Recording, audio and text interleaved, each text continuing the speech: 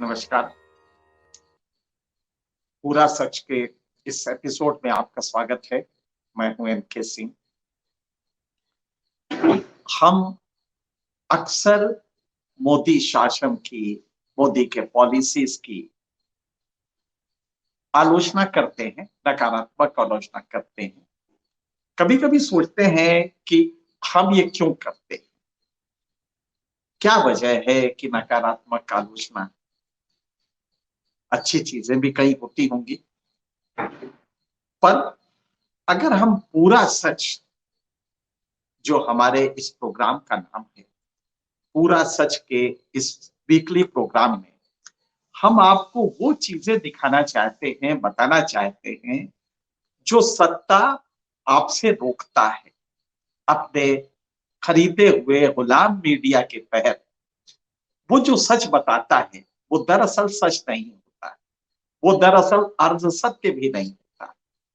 वो created, falsely created एक सच्चाई होती है जो आपको मिसमराइज करती है।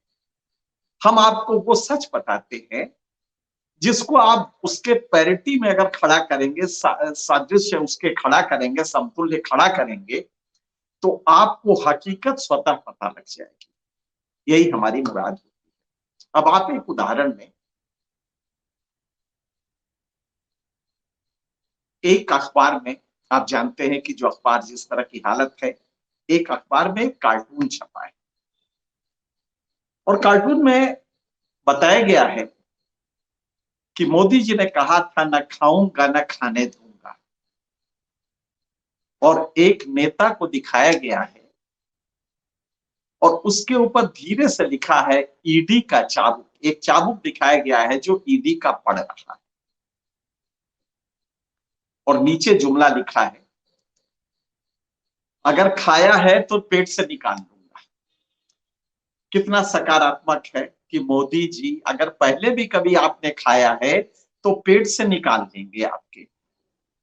लेकिन हम आपको इसका दूसरा पहलू बताते हैं, अगर यही कार्टून, सब कुछ यही होता, इबारत भी यही होती और एक गरीब आदमी बनाया गया होता नेता की जगह और ईडी की जगह जीएसटी का चाबुक दिखा देते, तो ये पूरा सीन बदल जाता कि तुमने अगर दूध दही खाया भी है तो तुम्हारे पेट से निकाल देंगे, क्योंकि अब हम जीएसटी इस पे लगाने जा रहे हैं। एक गरीब आदमी बड़ी मुश्किल से तो दूध दही कभी काल खा पाता है, आप उसके भी रेट बढ़ा रहे हैं। उस बच्चे को जो माल न्यूट्रिशन का शिकार है, जो पेट में जब गर्भ में आया था वहीं से वो माल न्यूट्रिशन शुरू हो गया था, और आप उसको यहां तक दूर नहीं कर पाए कि भारत महान में आज आप ही की रिपोर्ट कहती है कि 89% बच्चे acceptable, minimum acceptable nutritional content ये नहीं ले पाते हैं। भारत में 90% बच्चे, हर 10 में से 9 बच्चा कुपोषण का शिकार है, या कम से कम मिनिमम न्यूट्रिशनल कंपोनेंट जो कंटेंट होता है वो नहीं उसको मिलता है। तो अगर वो दूध बेचारा पिला रहा होता, आपने उस पर भी जीएसटी लगा दिया। आपने कल महंगाई पे चर्चा जब पार्लियामेंट में हो रही थी तो आपने बताया कि साहब किस तरह आपने महंगाई को तो बिल्कुल खत्म कर दिया है। ये सच ही नहीं है, बिल्कुल उल्टा है इसके। और आप जानते हैं कि सोशल मीडिया में कन्नौज की एक बच्ची ने मोदी जी को पत्र लिखा, तो उसने यही कहा कि अब जब हम कभी नूडल्स मांगते हैं तो मेरी माँ मुझे मारती है, पेंसिल ज्यादा अगर खींच देते हैं तो मेरी माँ मारती है, कहती है पेंसिल नहीं देंगे क्योंकि पेंसिल के दाम बढ़ गए हैं, नूडल्स के दाम बढ़ गए हैं जीएसटी लगाने से। आपने किसको कंट्रोल किया है? और इसके एवज में जब कल पार्लियामेंट में कहा गया, और ये हम सब जानते हैं, दिन रात यही हम लोग करते हैं, रिच पुअर डिवाइड जो आपकी इकोनॉमी में बढ़ा है वो बेतहाशा है। कितना है आपको अंदाजा है? देश की 92 फैमिलीज, 92 लोगों के पास जितनी संपत्ति है उससे कम 55 करोड़ लोगों के पास है। 55 करोड़, भारत की लगभग आधी आबादी के पास जितनी संपत्ति कुल मिला के नहीं है, उससे ज्यादा 92 लोगों के पास है।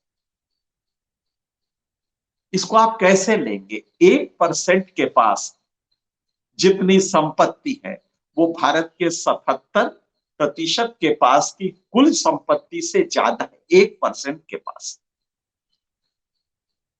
तो आपको एक भ्रम में डाल दिया गया है। और ये डिक्टेटोरियल सिस्टम का ये पहली शर्त होती है कि आपको सही मुद्दे ना बताए जाए। सही मुद्दे अगर बताए गए तो आप सोचेंगे तो नाराजगी होगी, लिहाजा आप उसको साम दाम दंड दे। विपक्ष करप्ट है, मुझे कहीं इस कहने में ऐतराज नहीं है कि विपक्ष के नेताओं पे पड़ रहा है, पर पुलिस सिस्टम की अपराध न्याय प्रणाली की एक खास बात है कि जो पकड़ा गया वही अपराधी, जो नहीं पकड़ा गया वो तो पाक साफ है, वो तो गंगा से धुला हुआ है। लिहाजा जब मुकुल रॉय भाजपा में चले आते हैं तो ईडी के सारे केसेस रुक जाते हैं, तब वो ईमानदार हो जाते हैं।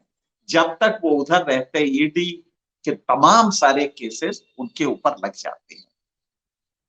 पुलिस सिस्टम की ये है कि जब वो पकड़ेगा तभी तो आप अपराधी होंगे, वो नहीं पकड़ेगा तो आप अपराधी है नहीं, तब तो आप कुछ भी कर सकते हैं। तो लिहाजा मुकुल राय जब आपकी पार्टी में आ जाता है तो सब कुछ बंद हो जाता है। संजय राउत पर ईडी का छापा पड़ता है, मामला 2008 2011 का है। कोई पलट के पूछे कि भाई साहब ये ईडी को संज्ञान अभी आया है, खाने पे पेट से निकाल लेने का ये अभी आया है? ये 10-11 साल क्या उन ईडी के ऑफिसर्स को इस बात पे जेल नहीं डालना चाहिए कि तुमने 8 साल 10 साल कैसे इस अपराध को होने दिया और नहीं पहचान पाए?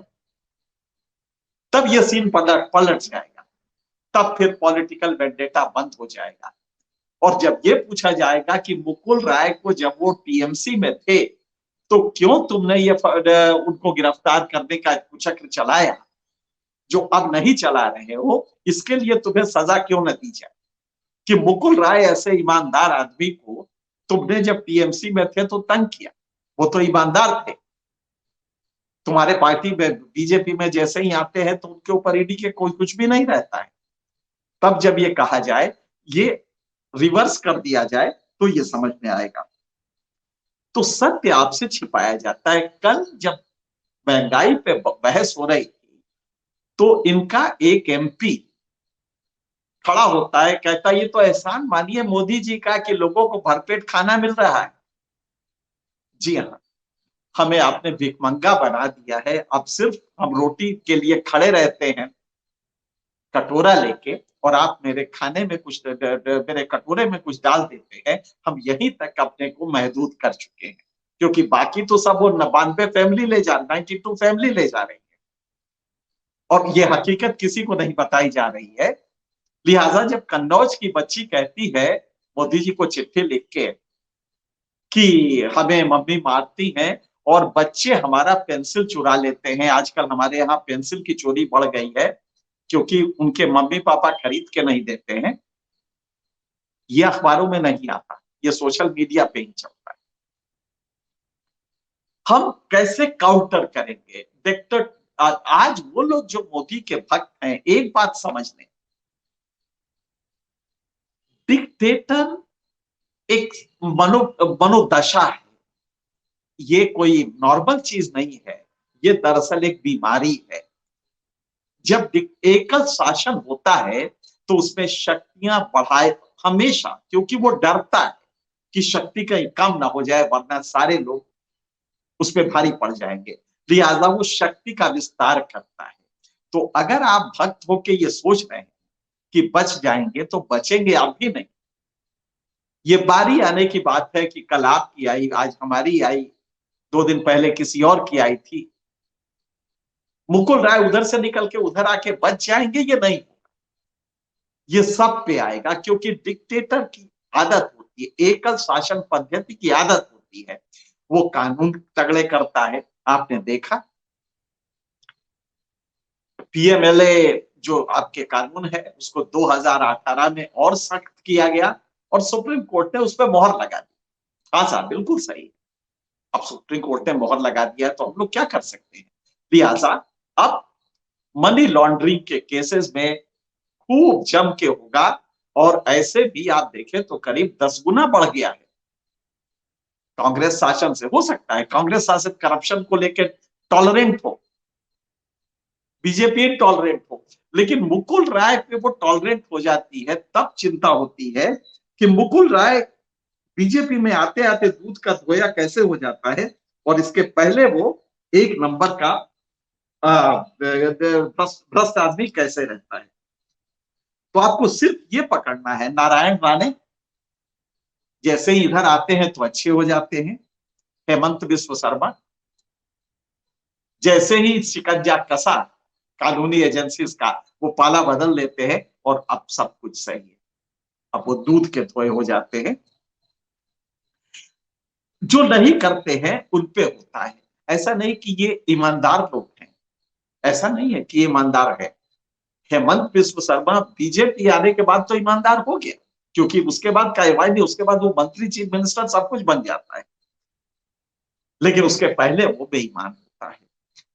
अब करना क्या है विपक्ष को, जिस तरह का विपक्ष है उससे तो मोदी जी जाने वाले नहीं है। वो माइंड स्पेस हमारा कवर कर चुके हैं, साम दाम दंड भेद वो सब लगा के माइंड स्पेस हमारा कवर कर लिया है। क्या चाहिए आपको।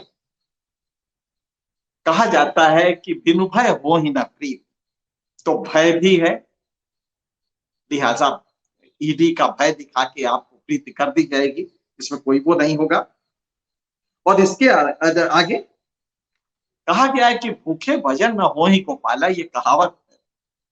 तो आपको दे दिया गया ना, कटोरा लेके आइए, ले जाइए 5 किलो, ले जाइए 35 किलो, 2 रुपए के हिसाब से प्रति किलो, हो गया। अब आपको भूखे भजन नहीं करना है, आपके भूख का इंतजाम कर दिया गया है। अब आप राम मंदिर देखिए बन रहा है ना, जाके भजन कीजिए। इसके अलावा आपको क्या चाहिए। रात में पेट में रोटी पड़ जाए, सवेरे अयोध्या का फोटो दिखा दिया जाए कि देखो कितना भव्य मंदिर बन रहा है, इसके अलावा भी कोई जरूरत होती है क्या।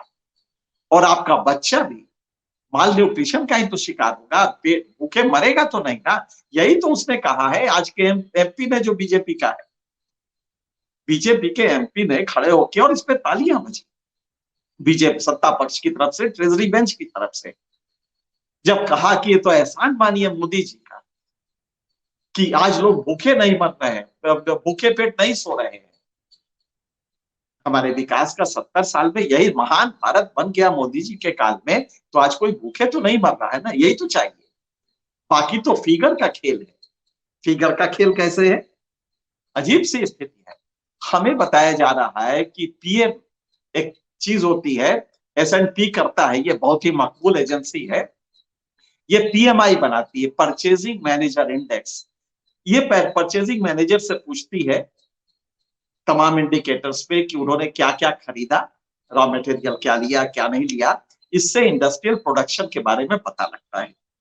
तो हमें पीएमआई में पता लगा कि साहब बहुत अच्छा इजाफा हुआ है और उद्योग प्रोडक्शन करने लगे, बहुत अच्छा हो गया है। तो अगर उद्योग प्रोडक्शन करने लगे तो एम्प्लॉयमेंट हुआ होगा। प्रोडक्शन हवा में तो होता नहीं है, कोई ये राम का नाम लिया और प्रोडक्शन हो गया, ऐसा तो होता नहीं है, उसमें कामगार लगते हैं। तो आखिर वजह क्या है कि रूरल एम्प्लॉयमेंट तो ज्यादा है, मनरेगा में काम करने वालों की संख्या बढ़ गई है, तो फिर वो प्रोडक्शन कौन सा कर रहे हैं। आप गौर कीजिएगा इसको, कितनी खूबसूरती से चाशनी में लगा के बताया जा रहा है कि साहब हमारा जीएसटी कलेक्शन बढ़ गया है, 8 महीने में हाईएस्ट कलेक्शन है। यह भी बताया गया कि पीएमआई परचेजिंग मैनेजर इंडेक्स पे हमने बहुत कुछ किया है और हमें इस समय उद्योग हमारा चलने लगा है। तो फिर रोजगार क्यों नहीं बढ़ा, तो फिर मनरेगा में काम करने वालों की संख्या क्यों बढ़ रही है? यही हम आपको बताना चाहते हैं सच, कि जो नीचे का वर्कर है उसकी स्थिति बेहद खराब हुई है, आज भी वो गांवों में है। अब फिगर जो जो गवर्नमेंट फिगर खेल कर देती है, बताया गया सर, यूपी में सबसे कम बेरोजगार है,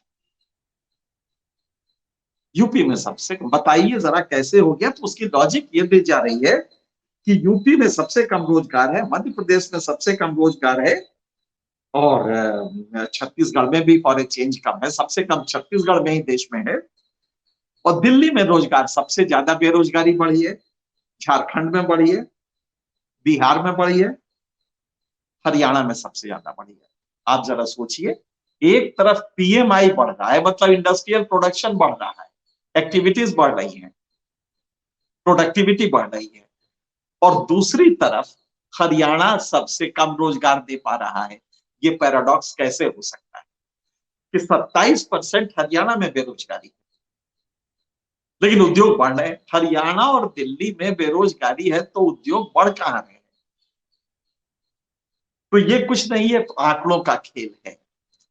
एक ही आंकड़ा इसको आपको बता देगा कि मनरेगा में नौकरी जिसमें 200 रुपए मिलते हैं, और वो भी साल में बहुत कम दिन मिलते हैं, 100 दिन मिलना भी मुश्किल होता है, उसके लिए ज्यादा लोग आए हैं। मतलब कि वो शहरों को छोड़ के जो रोजी रोटी थी, गांव गए, गांव में खेती में भी एक सीमा है, लिहाजा वो अब मनरेगा में जोर आजमाइश कर रहे हैं कि वहीं पे नौकरी मिल जाए, वहीं पे कुछ काम मिल जाए। ये इंडिकेटर है कि आपकी गरीबी की हालत क्या है। रिच पुअर डिवाइड आपने देखा। अब आपकी जरूरत क्या है, आपको करना क्या? ये जो डिक्टेटोरियल बन रहा है, ये आपका माइंड स्पेस, आपकी कल्चर, आपकी सोच को ब्लॉक कर रहे हैं। राम मंदिर दिखा के साम दाम दंड भेद। दाम, अच्छा, बड़ी फैयाज दिली होती है इस पे। जो भक्त बन जाए, और खास करके उस पाले का हो और आपका भक्त बन जाए, आप दिल खोल के उसको देते हैं ताकि दूसरे भी आए भक्त बनने। मोदी पे आप उनके कसीदे काढ़िए, आप देखिए कितना रिवार्ड मिलता है। कौन सा पद चाहिए आपको जो नहीं मिलेगा? किताबें लिखवाई जा रही हैं, बहुत कुछ किया जा रहा है ताकि अगर ये उस तरफ है तो भक्त बन जाए, और उस तरफ का आदमी जब भक्त बनता है तो जरा पुरजोरी से हल्ला करता है।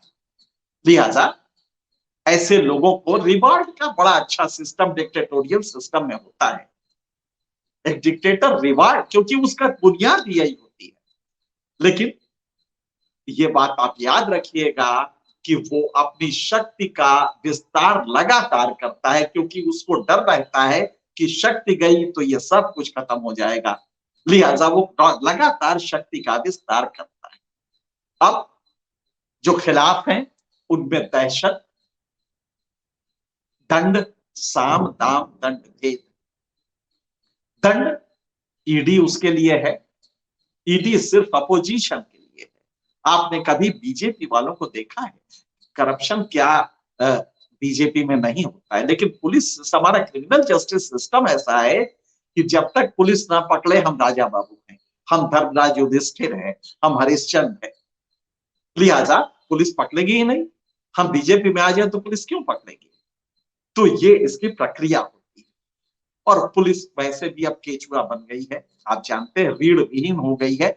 ये पूरा ब्यूरोक्रेटिक सिस्टम को वही दंड से ऐसा कर दिया है कि ट्रांसफर हो जाएगा तुम्हारा, ट्रांसफर नहीं तो इसके बाद 4 मुकदमे हो जाएंगे, देखते ना पेंशन रुक जाएगी। दहशत में है वो ब्यूरोक्रेसी। तो आप ये करते हैं। भेद, आपने भेद तो कर ही दिया है दो समाज में। अब नया जो पैतरा है वो बिल्कुल नया है। माइनॉरिटी कम्युनिटी में पसमानदा और अशरफ, जो नीची की जात के हैं मुस्लिम कम्युनिटी में, क्योंकि अगर जात हिंदू में तोड़ा जा सकता है, कोई मुलायम पैदा हो सकता है, कोई मायावती पैदा हो सकती है, कोई लालू पैदा हो सकते हैं, तो फिर मुसलमानों में क्यों नहीं क्रिएट किया जाए? लिहाजा एक नया राग छेड़ा गया है, और देश के मुखिया द्वारा छेड़ा गया है, पसमानदा मुसलमान। उनको असरफ शोषण करते हैं उनका। अब ये नया है, ताकि मुसलमान अगर बढ़ जाएगा तो भले मुझे वोट मिले चाहे नहीं, मुस्लिम वोट जिस दिन डिवाइड हो जाएंगे, ये बचा खुचा जो है, कुछ राज्यों में आप देख रहे हैं कांग्रेस का शासन है, किसी में टीएमसी है, ये भी खत्म हो जाएगा। तो जब जेपी नड्डा ने कहा कि ये विपक्ष बिल्कुल खत्म हो जाएगा और सिर्फ बीजेपी अकेली रह जाए, तो वो गलत नहीं बोल रहे। ये हम सबको सोचना है, एक तो हम करप्ट ना हो, ये अपोजिशन है, ये गलत नहीं है। अगर वहां पे पार्थ चटर्जी के यहाँ जो मिनिस्टर है, उसके किसी आदमी के यहाँ 50 करोड़ रुपए 52 करोड़ रुपए मिले हैं, वो करप्ट है। अपोजिशन के लोग करप्ट हैं। इसलिए पहले तो आप इस करप्शन से बचे, जनता आपको कभी स्वीकार नहीं करेगी, जाहिर है वो मोदी को एक्सेप्ट करेगी। तो एक तो सुचिता लाइए, दिल पे हाथ रख के कहिए, जिंदा रहना है तो करप्ट नहीं होना होगा। अगर ये बीजेपी टीएमसी के मिनिस्टर के यहाँ मिल रहा है तो ममता पे आंच नहीं आएगी, ये नहीं होगा। ममता सख्ती करे, करप्शन ना हो, अखिलेश यादव सख्ती करे, मायावती सख्ती करे, या खुद भी सख्त हो करप्शन को लेके, नहीं तो ये ईडी आपको बकरी बना के छोड़ देगा। हमारी चिंता ये नहीं है। जब नड्डा ने ये कहा तो दहशत ये हुई कि डिक्टेटर का ये पहला वो होता है कि एको हम द्वितीयो नास्ति, दूसरा इस सिस्टम में नहीं होता। तो प्रक्रिया वही की जा रही है कि दूसरा इस सिस्टम में ना रहे और वो सफल होंगे, और तब ये जो भक्त बने हैं ये भी बकरी हो जाएंगे, क्योंकि दंड तब इनके ऊपर चलेगा। तो आपको सोचना ये है कि अपोजिशन इसको काउंटर कैसे करे। हमारा माइंड स्पेस जो ब्लॉक कर दिया गया है, कल्चरली हमें खत्म किया जा रहा है, कल्चर हमारा बिल्कुल नया परिभाषित हो रहा है, उसको हम कैसे रोकें।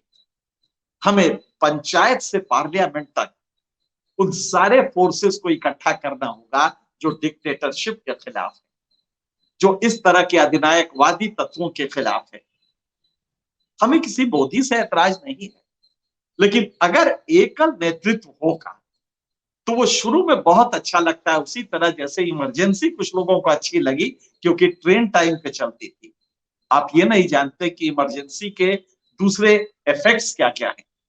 ट्रेन टाइम में चलना ये एक उसका एक पॉजिटिव फॉल आउट है, लेकिन जो नेगेटिव तमाम उसके डायमेंशंस है, उसको अगर आप कभी सोचेंगे तो आप मोदी भक्त नहीं बनेंगे, इस सरकार के भक्त नहीं बनेंगे।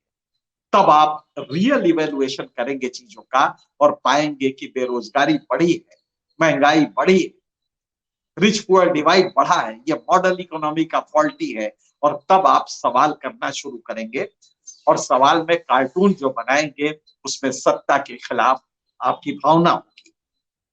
मीडिया इस तरह का केचुआ बन के नहीं खड़ा होगा। अगर ये चीजें हम कर लें तो मुझे लगता है कि काफी कुछ बदल सकता है।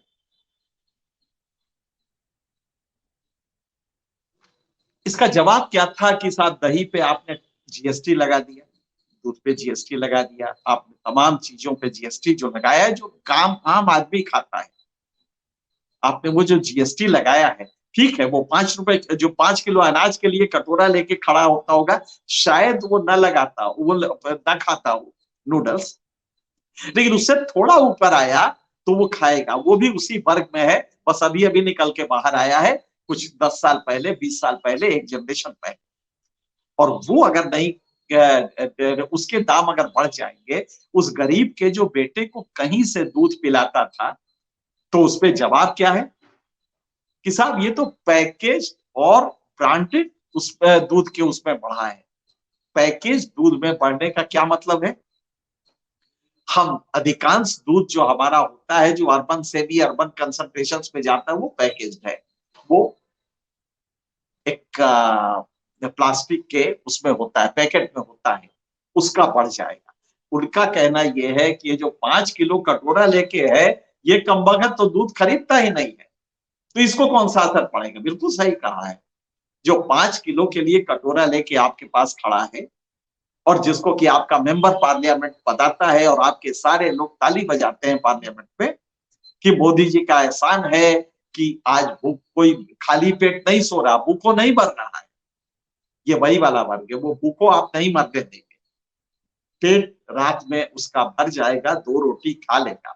उसका बेटा 90% बच्चे ऐसे होंगे देश में, यूं ही गरीब के बच्चे हैं 90%, जिनको की मिनिमम एक्सेप्टेबल न्यूट्रिएंट्स नहीं मिल पाते हैं, न्यूट्रिशनल कंटेंट नहीं मिल पाता है। वो भारत के कैसे नागरिक होंगे आगे? भारत महान तो हो चुका है नारों में, और अब तो झंडा भी लगाएगा, घर पे झंडा लगा के बताएगा भारत कितना महान है। हमारे वाइट स्पेस को किस तरह ब्लॉक किया जा रहा है कि हमको कभी झंडा लगवाते हैं, कभी टार्च जलवाते हैं, गो कोरोना गो करवाते हैं, टार्च जलवाते हैं, लाइट जलवाते हैं, दिया जलवाते हैं। क्या मजाक है आपका साहब? और हम करते हैं, ताली बजा बजा के खुश होके करते हैं, क्योंकि हम मोदी भक्त हैं, क्योंकि हम जिस शासन के भक्त हैं, तो हम ये कर ले जाते हैं। लेकिन क्या यही इसकी सीमा है? गौर से सोचिए, आपके बच्चे का भविष्य कहां जाएगा अगर ये सब रहा तो? और अगर आपको ये लगे कि हमारी बात सही है, तो आप अपोजिशन और सब इस तरह के सोचने वाले लोग एक साथ हों, सोचे कि खतरा कितना बढ़ने जा रहा है। आपके माइंड स्पेस को ब्लॉक कर दिया गया है। हमें इस पूरे रीप्रोग्रामिंग करनी होगी इंडिया के कॉन्शियंस की, भारतीय समाज के चेतना की रीप्रोग्रामिंग करनी होगी, क्योंकि इन्होंने पूरा डैमेज कर दिया है। राम का नाम लो, राम मंदिर का को बढ़ता देखो एक तरफ, और दूसरी तरफ 5 किलो अनाज के लिए कटोरा लेके खड़े रहो। ये प्रोग्रामिंग यहाँ की हो गई। फिर कल्चर बताया गया कि गणेश जी को शल्य चिकित्सा तो हमारी कितनी पुरानी है। आप नशे में रहिए ना, शल्य चिकित्सा गणेश जी का हाथी का सूंड लगा दिया गया था। यहाँ पे कोविड में आप मरते रहिए, लाशें फेंकते रहिए नदी में। लेकिन प्राचीनता, अपने प्राचीन संस्कृति को याद कर लीजिए जो बीजेपी ने क्रिएट की है। तो रीप्रोग्रामिंग आपको करना होगा, और हमारे जो तमाम इकोनॉमिक मॉडल्स हैं, इसको बदलने के लिए दबाव डालना होगा। हमें मोदी जी से विरोध नहीं है, लेकिन अगर मोदी जी ही ये सब कर सके, पर एकल नेतृत्व में अधिनायकवादी अगर आदत होगी आपकी, तो आप अपनी शक्तियों का विस्तार करेंगे, और जो आपके भक्त हैं पहले तो उनको रिवार्ड देंगे, लेकिन जब शक्ति पूरी तरह मिल जाएगी, जो जेपी नड्डा जी चाहते हैं, तो उसके बाद वो जो बेचारा भक्त बन के आपके चरण के पास गिरा हुआ है, आपके फेवर में कसीदे काढ़ रहा है, आपके फेवर में किताबें भी लिखी जा रही, सब कुछ हो रहा है, उससे बचिए। क्योंकि उनको बचना होगा, क्योंकि जब ये शक्ति बढ़ती है तो आपने रेंगना कैसे किया, रेंगने में कहीं घुटना आपका उठ तो नहीं गया था, इसमें भी कोड़े पड़ते हैं। इससे बचने की जरूरत है। जिस दिन आप ये समझ जाएंगे, एक बैलेंस्ड शासन की अपेक्षा रखेंगे, जिसमें 5 किलो अनाज का कटोरा नहीं होगा, आपके बेटे को नौकरी होगी, राम आपकी चॉइस होगी, राम आपके अंदर होगा, राम अयोध्या में नहीं होगा। आज तक के लिए इतना ही। अगले हफ्ते फिर किसी मुद्दे पर चर्चा करेंगे। सत्य हिंदी का ऐप डाउनलोड करें गूगल प्ले स्टोर पर।